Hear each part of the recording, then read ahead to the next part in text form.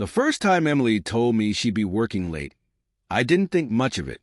After all, we both had demanding jobs, hers as a marketing manager and mine in finance.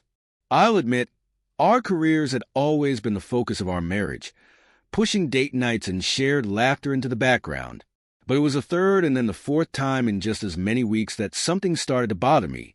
Emily had begun dressing up more for work. Her makeup a bit more dramatic, her perfume lasting longer than before. It was subtle, but once I noticed, I couldn't ignore it. I told myself it was nothing, that I was being paranoid. I trusted Emily. We'd been married for 10 years, built a life together, talked about having children, and even adopted a dog. But the doubts started creeping in quietly during moments of silence.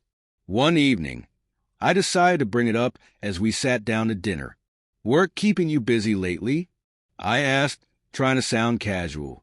She looked up from her plate, her expression guarded. "Yeah, big campaigns coming up, lots of late nights," she replied, her voice calm and rehearsed. Something twisted in my gut, but I nodded and let it drop, not wanting to seem suspicious. That night, as she showered, her phone buzzed on the nightstand. I glanced over and saw a message from Stacy, one of Emily's closest friends who lived far away. The preview read, "Tonight was amazing. Can't wait to see you again." My heart sank. A pit formed in my stomach as the ugly truth started to take shape. I could have confronted her right then, but something held me back. Instead, I decided to confirm my suspicions. Over the next week, I called her office pretending to ask her out for lunch. Each time, her secretary told me Emily had left for meetings, once or twice. I even drove by her office building, only to find her car missing. The breaking point came on a Thursday evening.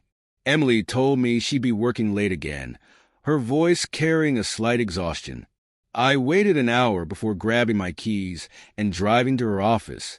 Her car wasn't in the lot, but I wasn't surprised anymore.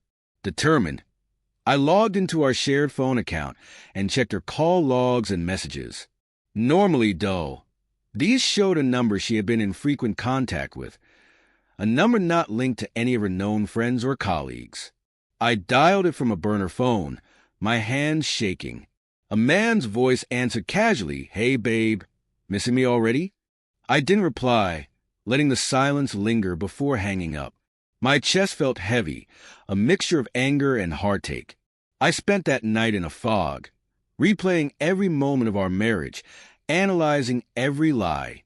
The next morning, I put my plan into action. I hired a private investigator who quickly confirmed my worst fears. Emily wasn't just cheating, she was leading a double life. Weekend work trips were romantic getaways.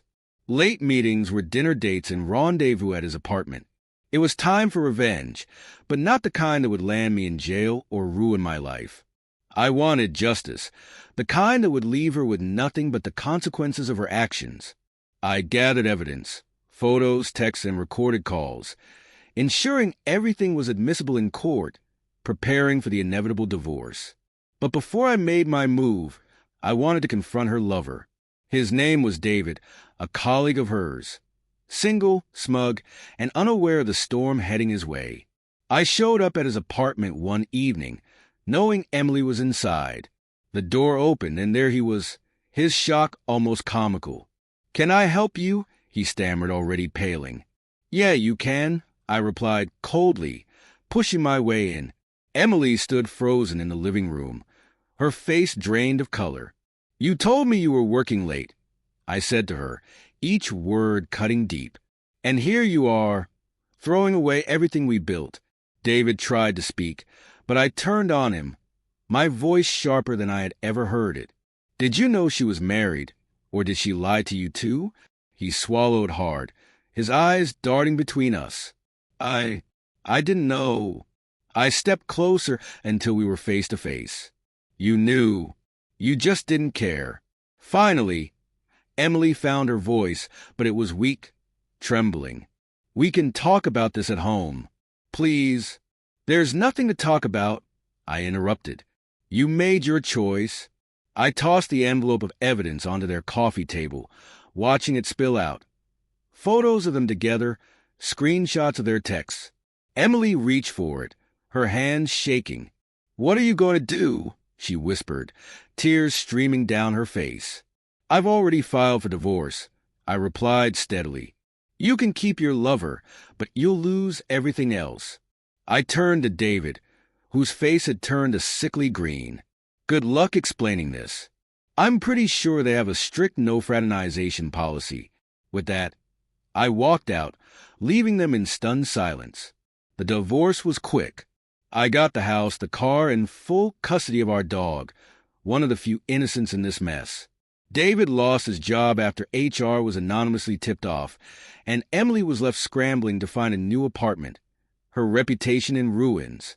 The first weekend after the divorce was finalized, I took a trip somewhere warm, far away from the wreckage she left behind. I ordered a drink at the beach bar, the sun warming my face, and realized I felt lighter than I had in years. It was then that I knew I was free, unburdened by deceit. Emily had shattered our life together, but in doing so, she had given me the freedom to rebuild mine, stronger and wiser than before. As for Emily and David, the last I heard, their affair fizzled out under the weight of reality. She moved back to her parents, and he relocated out of state, both haunted by the destruction they caused, while I emerged unscathed, resolute. Sometimes, the best revenge isn't about causing pain. It's about moving forward, thriving despite the betrayal. And that's exactly what I did